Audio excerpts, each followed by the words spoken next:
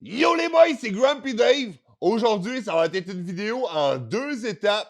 Tout d'abord, je vais vous raconter une histoire et ensuite, on va goûter à une histoire. Et ça commence tout de suite.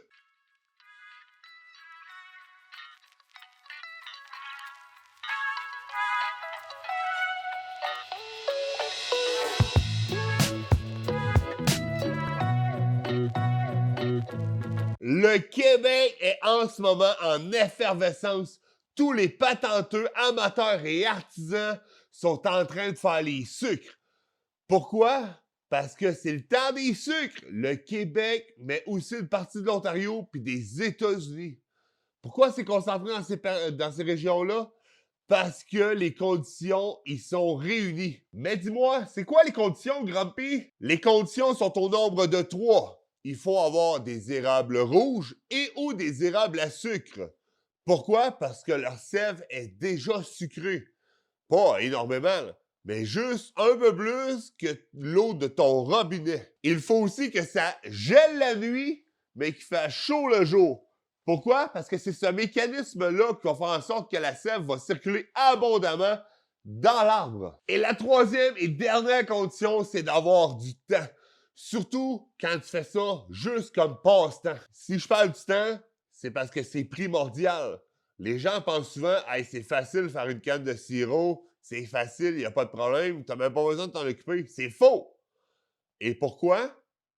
Parce que c'est très chronophage, ça prend énormément de temps. Pour pouvoir entailler et y déposer un chalumeau, il faut que tu te prennes avec tes chaudières, dans le bois, des fois en raquette, dans 3 pieds, 1 mètre de neige, et avec ta perceuse, puis tu te promènes dans ton bois. Une, c'est pas si pire. 10, ça passe encore. Quand t'en as 10 000 à faire, c'est là que tu t'ennuies de ta mère. Là. Puis un coup qu'ils sont installés, là, il faut que tu ramasses toutes les chaudières. Là. Fait que si t'en as installé une, ça passe. Si t'en as installé 10, c'est pas si pire. Si t'en as 10 000, damn! Il faut que tu les ramasses tous. Hein. Et là, des fois, quand ça coule beaucoup, il faut que tu les ramasses 2 fois par jour. Et ça, tous les jours, pendant à peu près 30 jours. C'est ça que je dis, ça prend du temps. Fait que oui, il faut bouillir, oui, il faut s'amuser, oui, tu peux prendre un petit rhum en bouillant, mais il faut que tu ailles de l'eau à cabane. C'est ça qui est long. Et c'est pourquoi que les gens s'installent aujourd'hui sur les tubes. C'est des tubes de plastique, tout simplement, où l'eau circule à l'intérieur.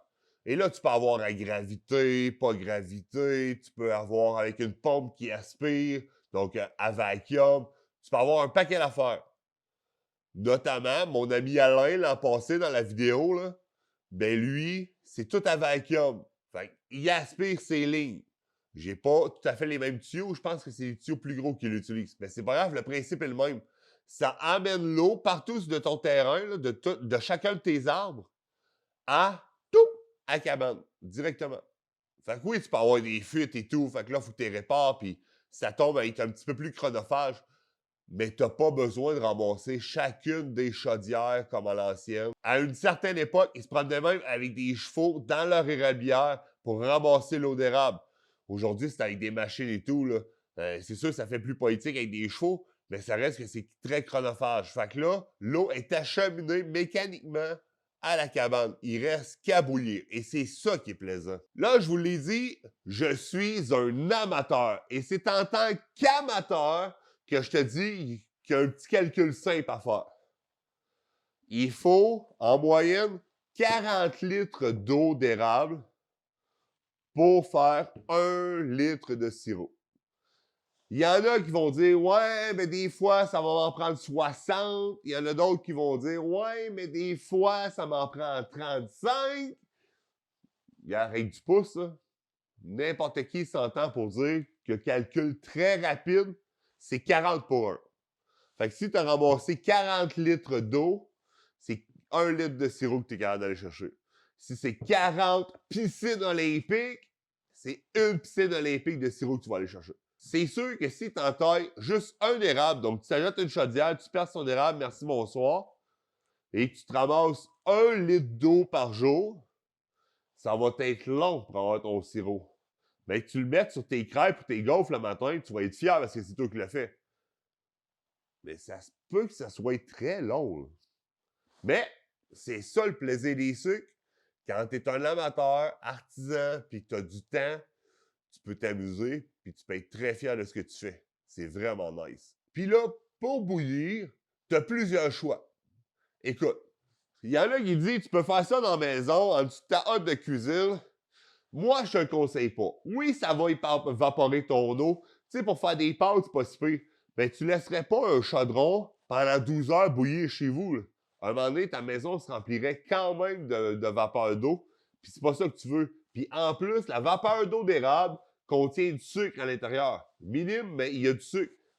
Donc, ça va coller sur tes murs. Tu veux pas ça chez vous. Dans une cabane à l'extérieur, c'est pas grave, mais pas à l'intérieur de la maison. Bon, tu peux t'installer électrique à l'extérieur, de façon à pas payer le courant. Là.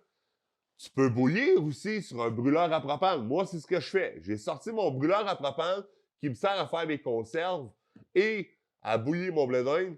That's it, that's all. Oui, c'est plus long, c'est plus chronophage qu'au bois, mais cette année, je voulais y aller très expérimental, puis c'est comme ça que je fais. Regardez l'année passée chez mon ami Alain, lui, c'est au bois. Là, il y a un nouvel évaporateur cette année, là, j'ai pas de vidéo de ça, mais il y avait ça jusqu'à tout récemment. Ça marche super bien, c'est au bois. Merci, bonsoir. Bon, il faut que tu gardes le poêle le plus rouge possible pour que ça marche, mais ça marche beaucoup plus qu'au propane ou à l'électrique. C'est incroyable. Là, il y en a qui ont des setups beaucoup plus gros, tu sais, comme mon ami Alain. Lui, son setup est vraiment énorme versus le mien. Écoute, le mien, il coûte 200$. C'est à peu près 100$ pour le chaudron, 100$ pour le brûleur. That's it, that's all. Je paye le propane, puis c'est tout. Par contre, lui, c'est un autre paire de manches. Mais on n'a pas la même obligation. Moi, si je fais pas de sirop cette année, je vais voir mon ami Alain, je lui en achète, puis that's it, that's all, il n'y en a plus de problème. J'ai mon sirop pour l'année. Tandis que lui, il fait ça commercialement. Il y a un profit rattaché à ça. C'est son gagne-pain. Donc, c'est sûr que lui a beaucoup moins de temps que moi à perdre. Là. Écoute, ça se compare même pas. Là, j'ai parlé des équipements qui te permettent de bouillir. Mais l'eau bout à 212 Fahrenheit. C'est 100 degrés Celsius. Puis là, je ne ferai pas tout le temps la conversion. Ça va apparaître à peu près ici. Hein? Je vais te mettre les Celsius direct ici. À toutes les fois, il va parler de Fahrenheit. Donc, l'eau bouille à 212. Je te conseille de faire un test de pression barométrique parce que la pression va peut-être changer un petit peu.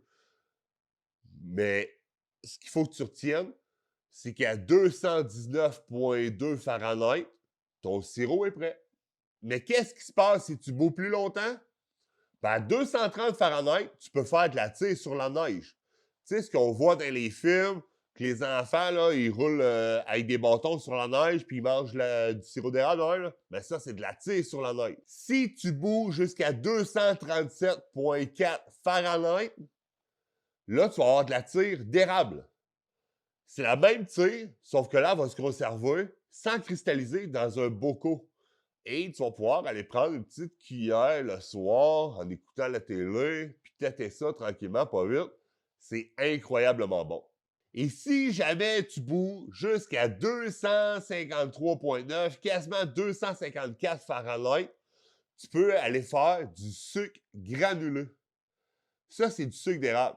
Oui, c'est du sucre, mais c'est vraiment meilleur. Puis ça, tu veux en manger partout, là. Sur tes céréales, sur ton pain, dans ta poutine, sur ta pizza. C'est excellent, pour vrai. C'est... Un coup, tu vas goûter à ça, là, le sucre normal, là, tu voudras plus rien savoir. Si jamais je t'ai pété ta bulle pis ça te tente pas de tout installer pour pouvoir manger du sirop d'érable, ben écoute, une solution bien simple, aller dans une cabane à sucre. Il y en a partout, partout, partout. Québec, Ontario, un peu au Nouveau-Brunswick et aux États-Unis, tu vas trouver ta place. Un bon vieux Sugar Shack.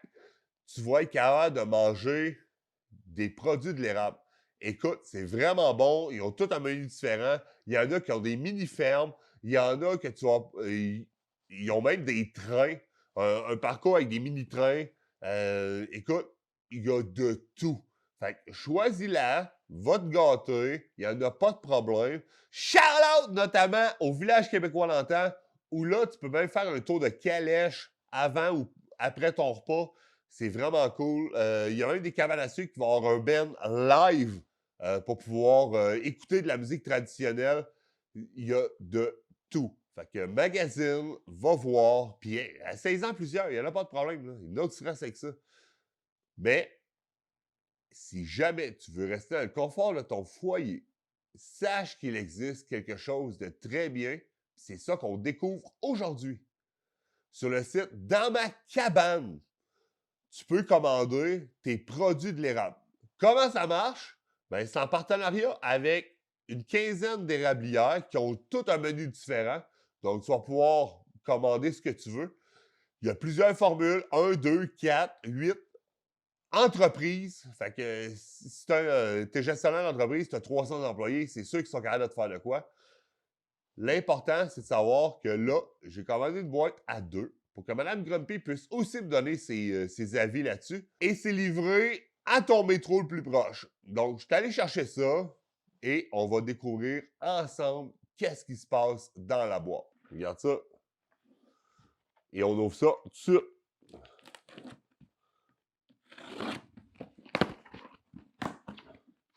Ouh!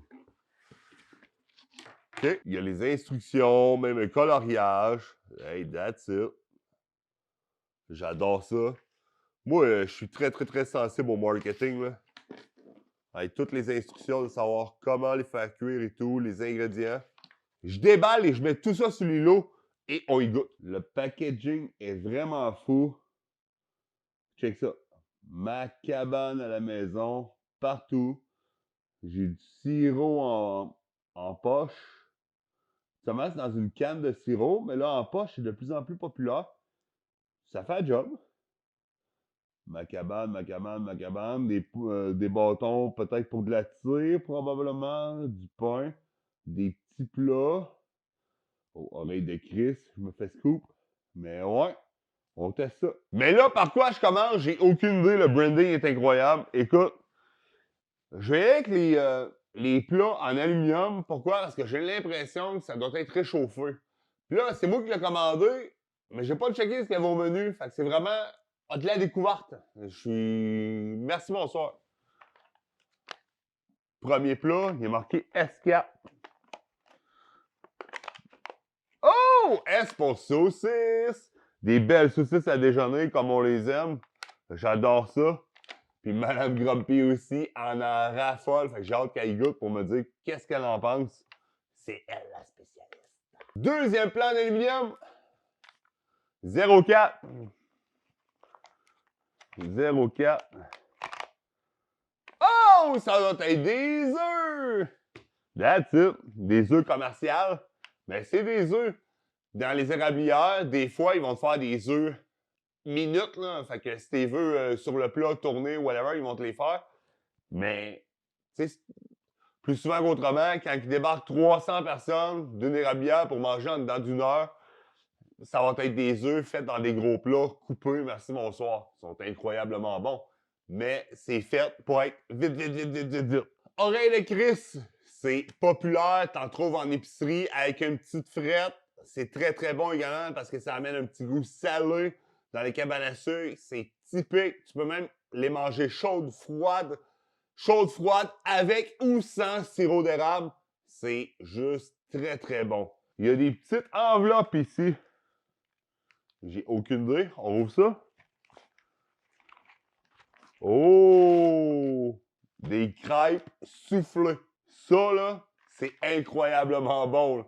Cabane à sucre fois 1000. Ils déposent la pâte à crêpes dans le chaudron ou dans une poêle ou whatever qui contient de l'huile. Fait qu'elle frit en même temps. Hey, pour vrai, c'est un banger.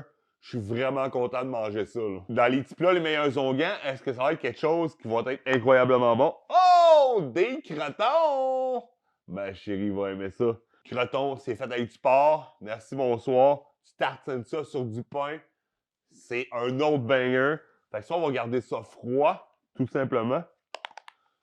Ah, puis je vous l'ai pas dit, la boîte, justement, là, est faite pour garder lors de la livraison et pendant 24 heures, tout réfrigéré. Certains articles, probablement le croton, était congelé d'avance. Et pour garder un certain froid dans la boîte, ben merci, bonsoir, ça a comme dégelé. Il doit être gelé encore par endroit, mais quand même au ketchup aux fruits. Ça, c'est pas tout le monde qui aime ça, notamment moi. Est-ce que c'est la recette de ma mère que j'aimais pas quand j'étais enfant?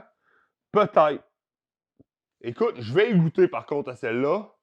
Hein, on va s'installer pour manger. Hein, on va tout découvrir. On va s'installer pour manger, puis je vous montre ce que ça donne. Mais, ouais, ketchup aux fruits, dans mon livre à moi, pas sûr. Quand je vous parlais qu'il y avait de la tire sur la neige, mais aussi de la tire d'érable, tu sais, qui bout à 237,2 Fahrenheit, mais c'est exactement ça que je parlais. Je vais pouvoir vous montrer ça. Hey, ça, je suis content. OK. Excellent. Ça, on garde ça température pièce. Ça s'enlève mieux. Mais sinon, habituellement, là, au Québec, là, tu mets ça dans le congélateur si tu penses prendre une bouchée une fois de temps en temps. Mais si tu penses le manger en dedans d'un mois ou deux, ça se conserve très bien, réfrigérateur. Il n'y a pas tant de date de péremption que ça. C'est juste que pour pas qu'il devienne en sucre à quelques endroits. Donc, si tu en manges nécessairement souvent, ben, tu vas le vouloir l'avoir sur le côté de la main, tandis que sinon, une fois par année, conservé au congélateur, il n'y en a pas de problème. Ah ah ah! Jambon. Cabane à sucre et jambon. Écoute, traditionnellement au Québec, chaque famille a sa recette de jambon.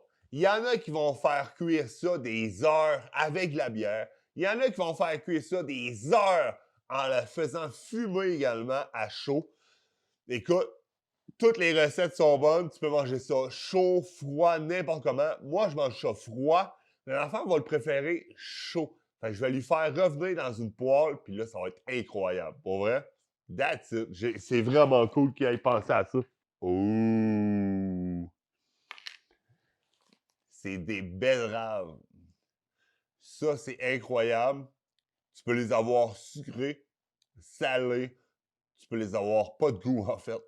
Ça, c'est parce que tu as manqué ta recette. Mais non, honnêtement, des betteraves, c'est incroyable. Ça, au Québec, là, traditionnellement, on fait des conserves à l'automne et betterave est souvent au menu parce que ça accompagne n'importe quelle viande, n'importe quel dîner. Tu peux manger ça au déjeuner, whatever, avec tes œufs. C'est bon en toutes circonstances, puis ça fait un bel accompagnement. Puis ça met de la couleur en cette saison un peu boiteuse, tu sais, le printemps, la neige fond, c'est boiteux, c'est gris. Les journées sont pas tout à fait ensoleillées. Ben ça, là, ça fait chaud au cœur, pour vrai. Un autre banger, pour vrai, c'est vraiment cool. Oh! Là, le Grumpy est content. Des bonnes bines! Des fèves au lard, aux choses. Ça, c'est incroyable. J'essaie de pas renverser à terre, là. Ça, c'est incroyable. Ça, c'est la même affaire. Tu peux l'avoir plus à goût d'érable, tu peux l'avoir plus goût cassonade, tu peux l'avoir recette manquée, ça aussi. Mais tu peux les faire fumer. Tu peux, écoute, toutes les recettes sont bonnes. Tu peux les avoir un peu plus vinaigrées. Des fois, les grands-mères mettent un petit peu plus de ketchup parce qu'il y a du ketchup caché là-dedans. Écoute, tu peux tout. Ah, à la mélasse aussi. Tu sais, la mélasse, là, je vous en parlais dans une autre vidéo, c'est un produit du raffinage du sucre. C'est épais. Ça, c'est. Ouais, ils en mettent aussi là-dedans. Fait que là, je ne sais pas à quoi ça va être. Ma femme, qui est experte dans les fèves au lard, va pouvoir me le dire à quoi exactement sont faites. J'ai vraiment hâte. J'y check le sourire, puis ça va être un banger, ça aussi. Là. Et là, j'ai vu au travers du pot, c'était quoi le gros pot. Et là, le bonhomme est content. De la soupe au pois. Tu peux l'avoir plus dense, pas dense, avec, sans légumes. Cuit longtemps, pas longtemps. Il y a une recette par grand-mère dans toute la province du Québec. Chaque famille a sa recette. C'est comme le jambon, les fèves au lard. Écoute, puis tout s'ostine à savoir qui est la meilleure. Mais là, on va goûter à ceux-là. Puis j'ai ma propre recette. À défaut d'avoir une grand-mère, j'ai ma propre recette. Je vais pouvoir la comparer dans mon palais, voir qu'est-ce qui se passe. Hey, c'est malade. OK. Et sinon, du bon vieux sirop d'érable.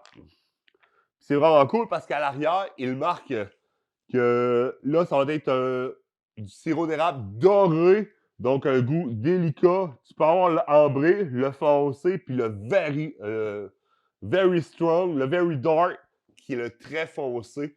Moi, personnellement, je l'aime foncé, qui coule comme la mélasse. Tu sais, comme, vous n'avez pas la référence, comme une vieille huile à char, là.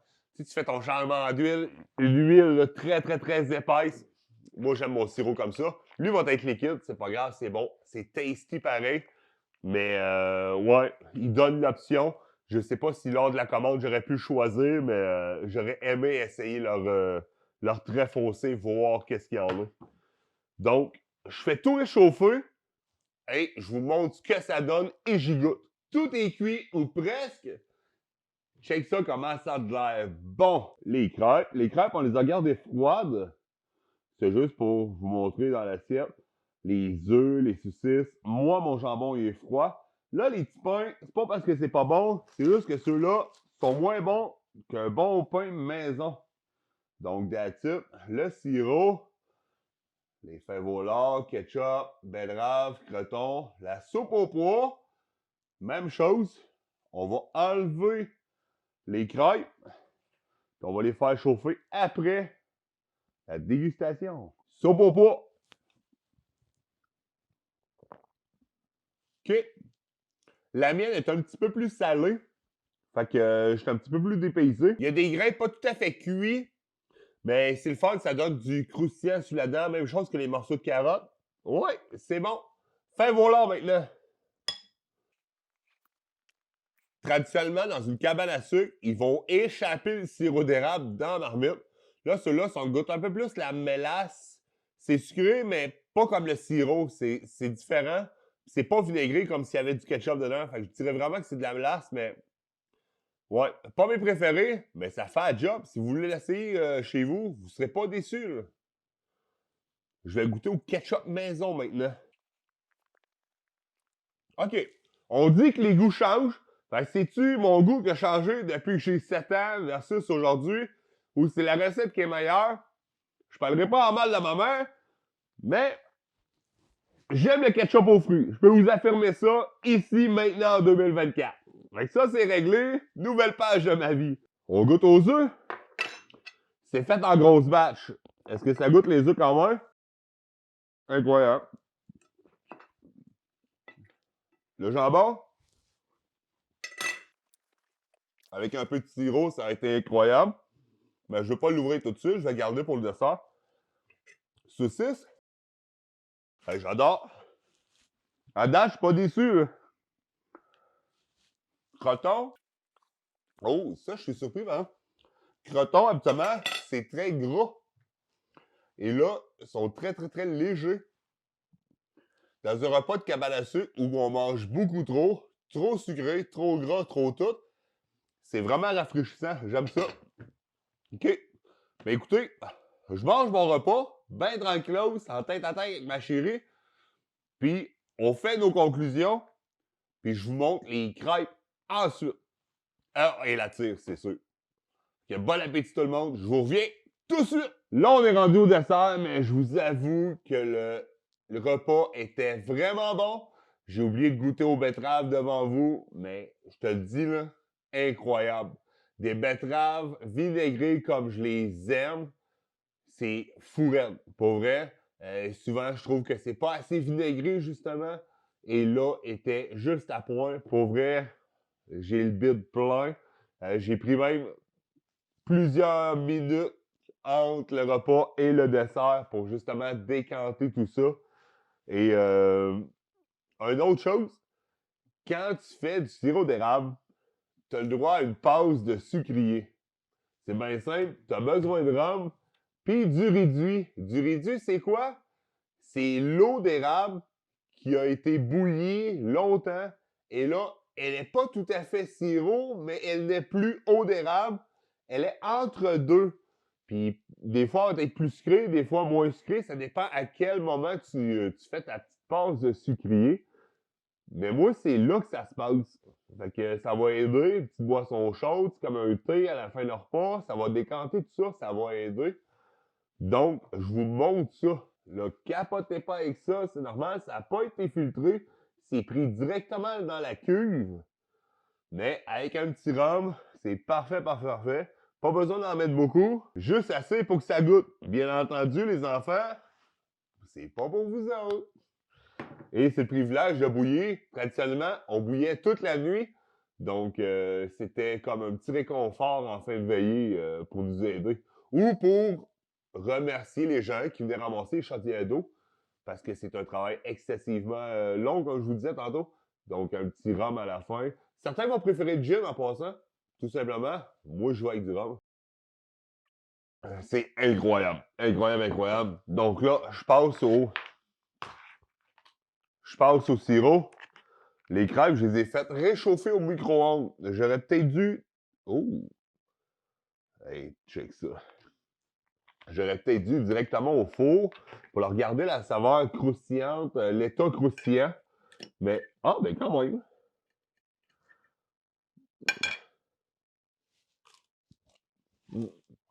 OK.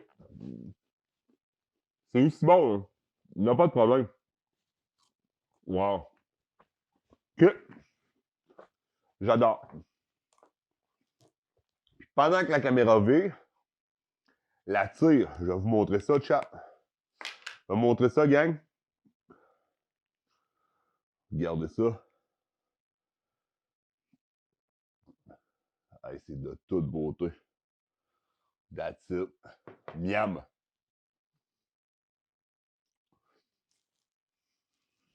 Il va en avoir plein dans la barbe.